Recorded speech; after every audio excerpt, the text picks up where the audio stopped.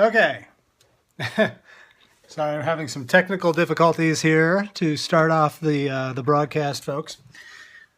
But, on the right side, you got a nice look at my bedroom. So how about that?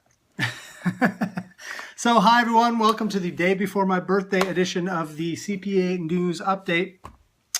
I'm Bill Sheridan with the Maryland Association of CPAs and the Business Learning Institute. Here's what's happening around the profession today, February 19th, 2016. First up, email and texting scams designed to trick U.S. taxpayers into providing personal data have surged 400% so far this year. That's according to the IRS.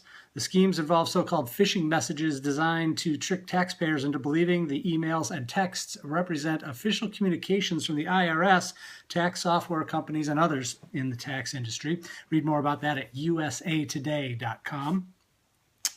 A lawsuit over the Internal Revenue Service's fees for preparer tax identification numbers has received class action status. That's according to an attorney who has been trying unsuccessfully to eliminate or reduce the PTIN fees for over 40 years. However, the court did not go so far as the plaintiffs would have liked in allowing refunds of PTIN fees already paid by tax preparers. Get details on that at accountingtoday.com. The IRS is being urged to halt a security vulnerability that makes it all too easy to get an electronic filing PIN used by tax preparers. A new report finds that the IRS's Get My Electronic Filing PIN page remains vulnerable to identity theft.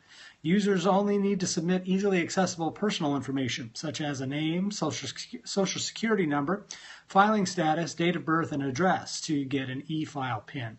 Read more at accountingtoday.com. A controversial fiduciary proposal is in the final stages of the regulatory process, but many financial advisors aren't bothering to reassess their compliance framework or lay the groundwork for the changes they'll have to make when the Department of Labor's rule becomes law. That's according to Jason Roberts, CEO of the Pension Resource Institute. He urges financial advisors to begin assessing how their work with retirement plans and clients will be affected by the DOL's rule, which would impose new fiduciary responsibilities on brokers and advisors working in that space. You can read more about that at financialplanning.com. The AICPA has launched a cybersecurity resource center. It's an online resource meant to supply professionals with the most up-to-date cybersecurity news, information, events, and resources, as well as others developed by the AICPA. You can get details at the AICPA's website. That's aicpa.org. Also, the AICPA has issued a new interpretation to clarify a permissible reporting convention when a review is performed in accordance with SARS and with another set of review standards. The interpretation requires that a written review report include a statement that clarifies the accountant's responsibility is to conduct the review engagement in accordance with SARS. You can get details on that at the Journal of Accountancy's website. Amid an increasingly demanding corporate reporting environment, CFOs are losing confidence in the effectiveness of reporting, with many complaining of reporting overload. That's according to a new EY survey. Get details on that at cfo.com. Finally, millennials are more worried about filing income taxes than other age groups, according to a new survey conducted by Harris Poll. The survey found that 80% of millennials are anxious about tax season, compared with 69% of adults overall.